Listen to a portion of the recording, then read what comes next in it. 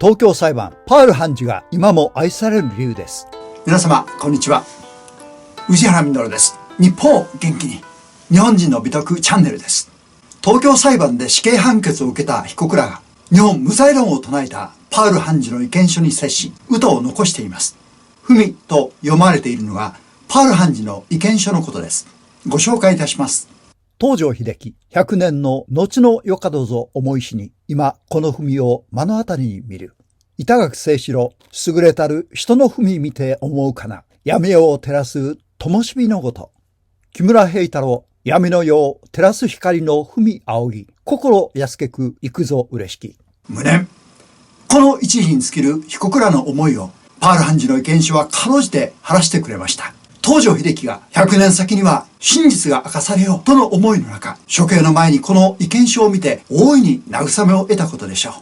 それは戦犯の遺族として以後同国民である日本人からも長年虐げられ肩身の狭い思いをして暮らす遺族とて同様でした。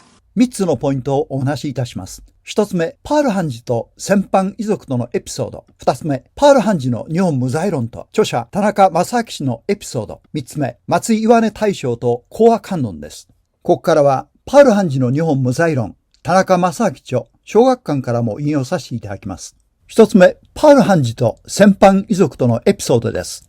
東京裁判を終え3度目となる1952年11月7日、パール博士一行が福岡に到着すると BC 級戦犯の家族が60名ほど福岡消防署で博士を待っていた。深い悲しみに包まれた家族たちを前にパール博士は沈痛な表情で述べました。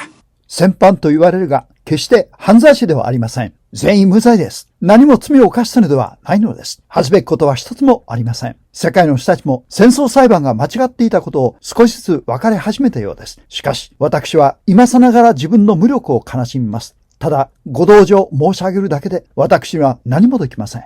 けれど戦犯釈放にはできるだけ努めます。これ以上罪のない愛する者同士を引き離しておくわけにはいきません。私は倒れそうです。許してください。受刑家族の苦悩を自分の苦悩とする博士は言葉も途切れがちにようやくこれだけ述べて合唱するのみであった。戦犯の無実を確信し、この暴挙に憤りを持つ博士は受刑家族を目の当たりにして深い責任感、自ら犯した罪のごとく責められる気持ちであったのだろう。自分の無力を悲しむ。許してくださいと言って涙し、そして応援する家族の中に歩み寄って家族の一人一人の方に優しく手を置いた。博士は東京裁判で処刑された7人の遺族に対しても心からいたわりの情を示されました。まず東条勝子夫人から面会の申し込みがあったのを夫人にわざわざ来てもらうには忍びないと言って博士は遠隔の世田谷の東条宅を訪れた。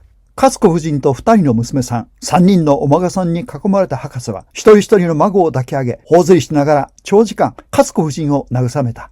板垣清志郎元大将、未亡人紀子夫人は博士を帝国ホテルに訪ねてきた。博士は夫人の手を取って迎え、板垣さんは私の座席の真正面でした。と博士が言うと、はい、いつもパール先生が真っ先に正面に現れて被告席に向かって合唱されるのでとても印象深かった。と主人は死ぬまで申しておりました。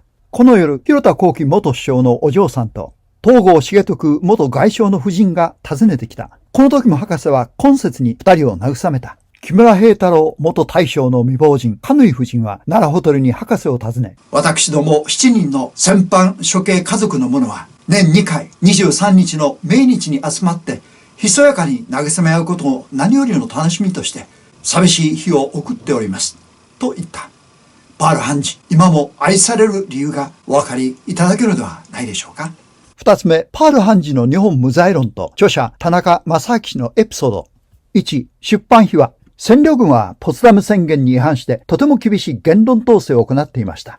表現活動で厳禁した30項目の第1の禁止項目はマッカーサー批判、第2が東京裁判批判、第3が新憲法、第4が検閲制度への言及、等々30項目です。パール判事の全員無罪の判決文は東京裁判批判の最大最高、しかも権威ある法理論による批判です。占領下にこんなものを出版したら、それこそ首がいくつあっても足りないほどの処罰を受けるのは当然です。そこで日本が独立を回復する日、すなわち昭和27年、1952年4月28日を期し、それまでは内密に印刷製本し、この28日に全国一斉に書店で発売しました。これが太平洋出版社発行のパール博士、真理の裁き、日本無罪論です。この本の新刊紹介は各新聞に取り上げられ、大変な反響を呼びベストセラーになりました。パール博士の名が広く日本人に知れ渡ったのはこの本によってです。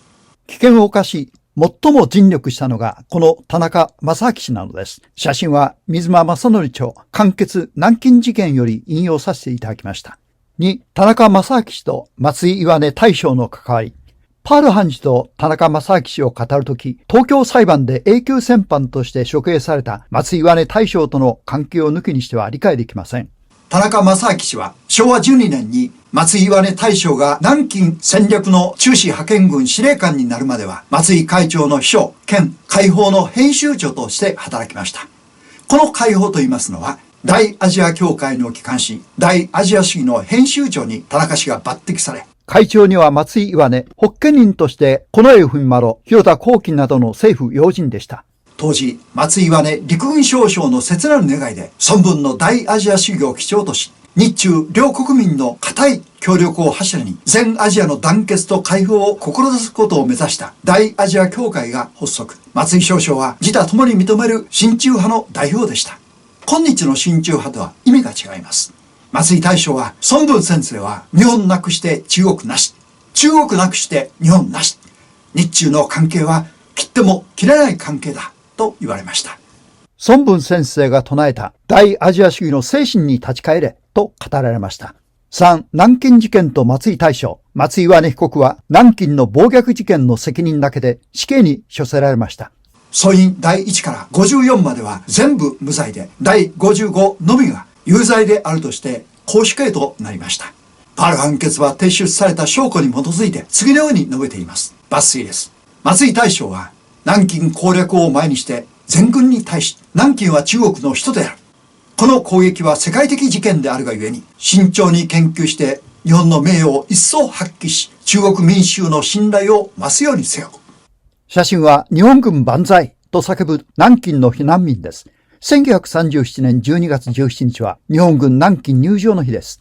できる限り一般居留民並びに中国民衆を紛争に巻き込まざるように常に留意し、誤解を避けるため外国出先当局と密接なる連絡を保持せよと詳細なる訓令を出した。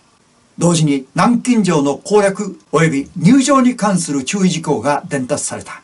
写真は南京陥落後、わずか1週間後の光景です。それは軍紀、風紀の厳正を伝え、外国の権益を犯した者、略奪行為や放火は厳重に処罰すべきと命じた。松井被告が法的責任を故意かつ不法に無視したとみなすことはできない。と具体的に無罪の根拠を明らかにしています。死刑の宣告を受けてからの田中正明氏への手紙です。我が全生涯を傾けて中国を愛し、日中親善のために尽くした自分が、我が愛する中国人の恨みを買って死につくことは皮肉なことである。しかし、誰を恨み、何を嘆こうぞ。これで何もかもさっぱりした。この上は自他平等の世を念じつつ、一刻も早く眠りにつきたいという意味の遺書が寄せられました。死を前に本心です。3つ目、松井岩根大将と講和観音です。1、講和観音の成り立ち。松井大将は帰還後、つまり帰国後の昭和15年に死んだら敵も味方もない。よろしく一緒に増そうではないかと提案されました。生きて敵味方に分かれて戦っている時は対立はあるが、死んでしまえば対立を超える。元寇の後の法要では我が軍の将士の霊を弔うのみならず、元軍の将士の冥福を祈っています。日中両軍の鮮血染まった激戦の土を取り寄せ、東西の観音像を作り、講和観音と名付けて、熱海市伊豆山にお祭りしました。松井大将はその講和観音のふもとにひっそりと暮らしました。昭和21年4月29日、永久戦犯として起訴されるまで。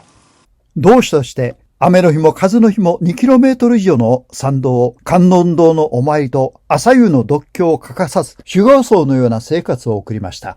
そして巣鴨プリズンでも講和観音に向かって座禅し処刑されるまで朝夕独居三昧の日々でした。これこそ代々受け継がれてきた世界に誇る日本人の心ではないでしょうか。2、田中正明氏を駆り立ったもの。戦後、田中正明氏は GHQ 公職追放令により南進時事編集長の職を解かれていました。そのうち松井大将が永久戦犯として起訴されたことを知り、急遽上京します。その時以来、松井大将の無罪を信じ、巣鴨プリズンを訪ねたり、東京裁判を傍聴したりして、暗淡たる時代を過ごしました。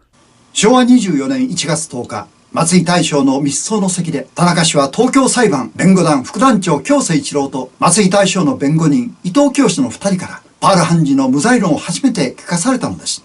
その日を境に、田中氏は松井大将の名誉の回復と、罪悪感に打ちひしがれている国民に警鐘を鳴らしたいとの信念から、京瀬、伊藤、両氏に秘密保持の念書を入れて、パール判決書を借り入れ、学生アルバイトを雇って、数百万語に及ぶ長文を原稿用紙に筆写させました。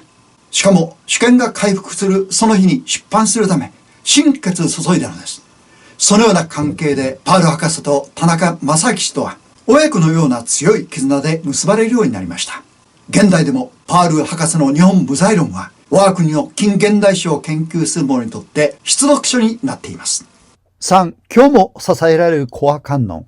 ここからは熱海さんコア観音のパンフレットから引用させていただきます。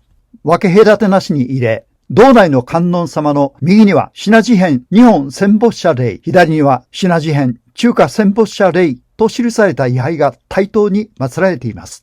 その拡大写真です。日本と中華が並んでいるのが確認できます。戦場の土で作られた観音様、高さ 3.3 メーター、推定重量 600kg、74年の風雨に耐え、慈しみのまらしをもって、遥かなシナ大陸、南京の地に向かい合って合唱し、静かに祈り続けておられます。英霊七日の日、東京裁判で処刑された7人を弔い、その遺骨祭が収められています。大東亜戦争戦没将士菩薩、並びに大東亜戦争殉国警視1068霊供養碑が建てられています。コア観音奉賛会とは、松井大将によるコア観音建立2年後の昭和17年に設立されました。宗教法人礼拝山コア観音を支える唯一の公式団体です。コア観音は通常のお寺と違い、墓地も檀家もなく、皆様からのご支援のみで維持運営されています。引用は以上です。住職がここに今日構え、国のため命を捧げてくださった先人を弔い続けて80年。誠に尊いことです。今年の5月、私と家内は、このコア観音を訪れました。これがその地図です。ふもとから本堂までの道は急な上り坂でした。コア観音と七日の日は本堂手前にあります。七支の日は過激派にダイナマイトで爆発された後、補修した痛ましさが残ります。古来日本は死者を恥ずかしめることはしません。やっと本堂にたどり着くと、住職の伊丹明星様が優しく出迎えてくださいました。ここから熱海の海が見渡せる山中にあります。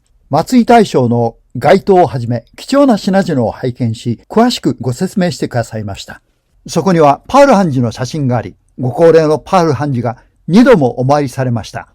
それが2度とも命日でした。2度目の訪日の翌年にお亡くなりになりました。遥かインドから無理を押してのお参りですから、博士がいかに日本を心に留めておられたかわかります。松井大将が巣鴨に移された後、その後を継いで伊丹住職のご両親がお勤めを続けられ、その後を伊丹住職が継いでおられるそうです。音信平等という言葉があります。英霊七日の日が建立されたことで、コア観音は松井大将の音信平等、敵も味方もない。大東亜戦争は日本の侵略戦争ではないという重要な主張を担うことになりました。とお話しくださいました。私も日本人の素晴らしさに感動し、YouTube で日本人の美徳をテーマに発信しているとお話しますと、とても喜んでくださいました。日本の誇りを語り継ぐ決意を新たにしました。コア観音のホームページ URL を私の動画に添付しておきます。パール判事は見事に戦犯の無実を証明してくださいました。皆様はいかがお感じになりましたか？次回のご案内です。東京裁判、パール判事が打ち去った金字塔です。チャンネル登録とよろしければ高評価ボタン、並びにコメントをいただければ嬉しいです。本日は最後までご視聴いただき誠にありがとうございました。日本を元気に。